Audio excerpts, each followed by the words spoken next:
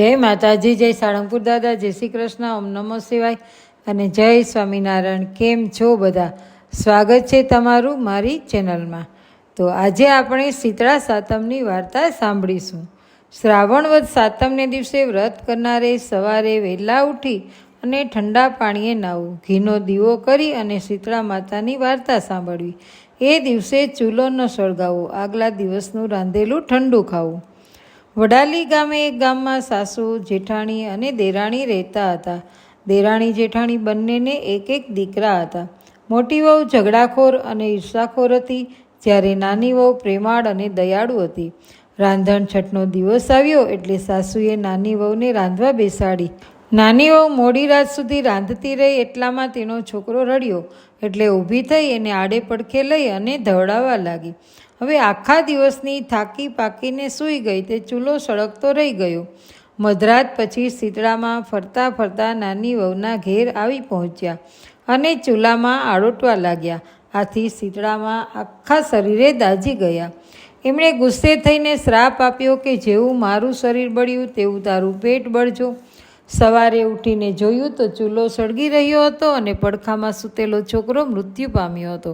તેનું આખું શરીર બળી ગયું હતું.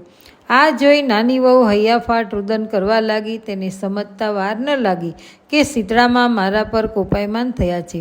એટલામાં સાસુમાં આવી પહોંચ્યા. તેમને પણ આ જોઈ અને દુઃખ થયું. તેમણે વહુને આશ્વાસન આપતા કહ્યું, વહુ બેટા શાંત થા, આમ રડે છે શું દાડો વડે? શીતળામાં પાસે જા, એ સૌ સારા વાના કરશે. સાસુમાના આશીર્વાદ લઈ મૃત બાળકને ટોપલામાં રાખી નાની વહુ ચાલી નીકળી. રસ્તે જતાં બે તલાવડી આવી. તલાવડી પાણીથી છલોછલ હતી.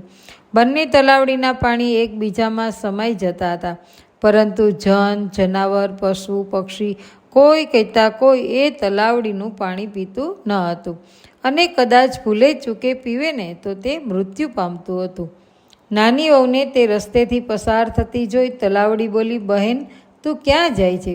નાની વહુએ કહ્યું કે શીતળામાએ મને શ્રાપ આપ્યો છે, મારો છોકરો મૃત્યુ પામ્યો છે, માટે મારા શ્રાપનું નિવારણ કરવા જાઉં છું.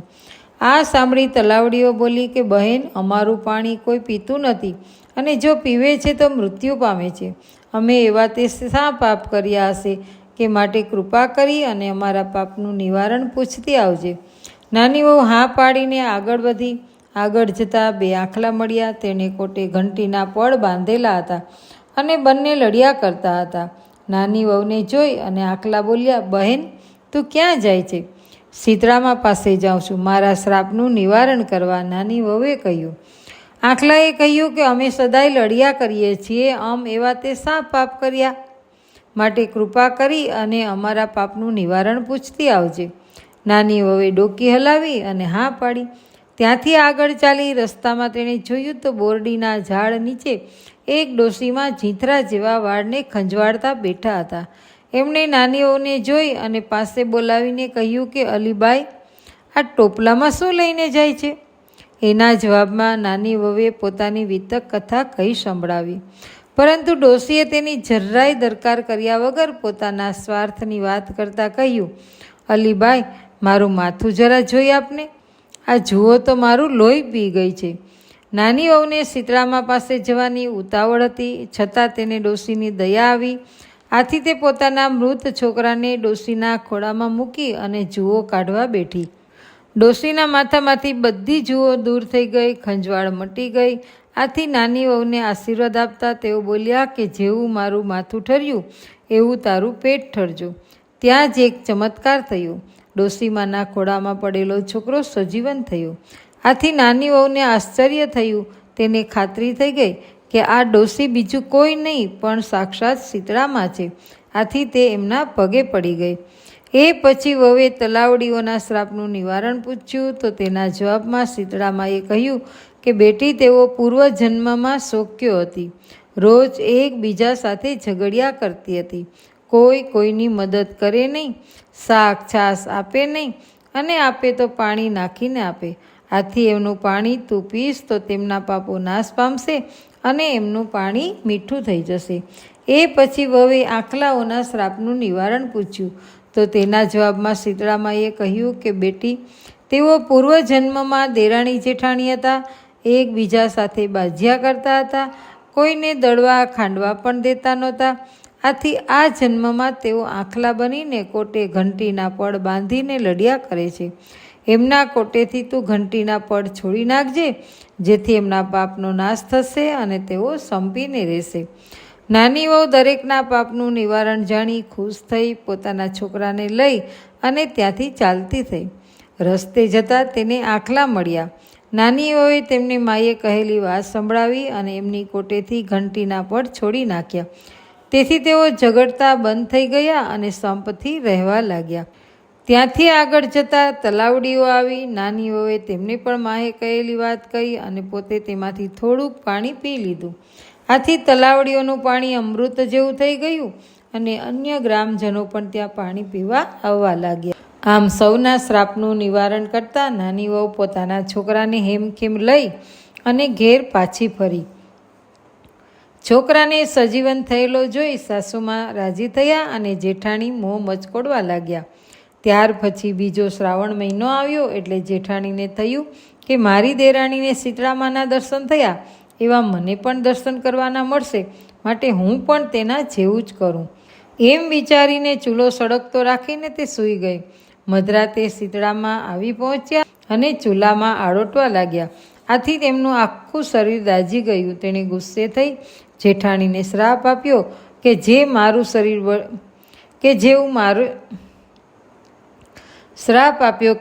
મારું શરીર બળ્યું એવું એનું પેટ બળજો. બીજે દિવસે જેઠાણીએ જોયું તો પોતાનો છોકરો મૃત્યુ પામ્યો હતો. આથી દુઃખી થવાને બદલે તે ખુશ થવા લાગી અને તે પણ દેરાણીની જેમ છોકરાને ટોપલામાં રાખી શીતળામાની શોધમાં નીકળી પડી. રસ્તે જતાં તલાવડીઓ મળી. તેણે પૂછ્યું, બહેન તું ક્યાં જાય છે? જેઠાણીએ ગુસ્સે થઈને કહ્યું, તમારે શું કામ છે? જોતા નથી મારો છોકરો મૃત્યુ પામ્યો છે, માટે હું શીતળામા પાસે તેને સજીવન કરવા જાઉં છું. બહેન અમારું પણ કામ કરતી આવજે ને. જેઠાણીએ તરત જ ના પાડી દીધી અને ત્યાંથી ચાલતી થઈ. આગળ જતાં તેને બે બળદો મળ્યા. તેમણે પણ પોતાનું કામ કરવા કહ્યું. જેઠાણીએ તેમને પણ નન્નો ભણી દીધો અને આગળ ચાલવા માંડ્યું. આમ જેઠાણીએ તલાવડી અને બળદને નિરાશ કરી મૂક્યા. આગળ જતાં તેને એક ઝાડ નીચે બેઠેલી એક ડોસી મળી. તે માથું ખંજવાળ્યા કરતી હતી. તેણે જેઠાણીને કહ્યું કે બહેન તું મારું માથું જોઈ આપને.